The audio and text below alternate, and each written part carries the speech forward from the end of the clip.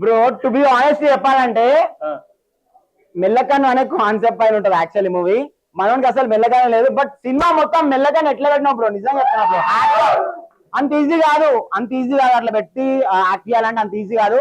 But to be honest చెప్తున్నా, నువ్వు అది ఎంతసేపు పెట్టినావు నాకైతే అర్థం కాలేదు. ఎందుకంటే నాకు తెలుసు ఒక్కొక్క టేక్ అంత ఇన్స్టెంట్ అవ్వదు. సో ఒక టేక్ తీసుకొని లైక్ 1 or 2 hours ఎక్కువనే పడుతుంటది. సో అంతంత సేపు పెట్టినామంటే really hats off. Thank you అన్న, థ్యాంక్ యూ సో మచ్. నువ్వు ఎంత పాజిటివ్ మాట్లాడుతుంటే.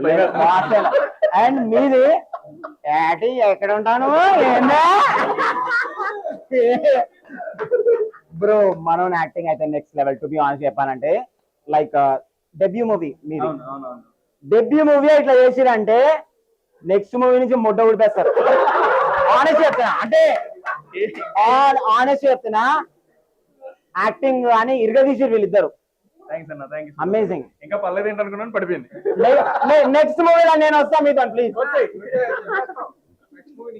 థ్యాంక్స్ అన్న, thank you so much. Promotions amazing movie, must watch. So me friends, family members అందరితో వెళ్ళండి, మా గర్ల్ ఫ్రెండ్స్ తో కూడా వెళ్ళొచ్చు, ఎంజాయ్ చేయొచ్చు, మస్తు ఉంటది. హీరోయిన్ యాక్టింగ్ నెక్స్ట్ లెవెల్ ఉంది. అండ్ హీరోయిన్ యాక్టింగ్ ఒకటే కాదు, బట్ ఆల్ ఆర్టిస్ట్ ఎవరైతే యాక్ట్ చేసిన మూవీలో ప్రతి ఒక్కరు యాక్టింగ్ అయితే నెక్స్ట్ లెవెల్ ఉంది. నాకైతే మస్తు అనిపించింది మూవీ, ఎక్కడ కూడా బోర్ కొట్టదు. You love the movie, like amazing. సరే, నీ డైలాగ్ ఒకటేసి లాస్ట్ కి. సాయిరామ్ సాయిరామ్.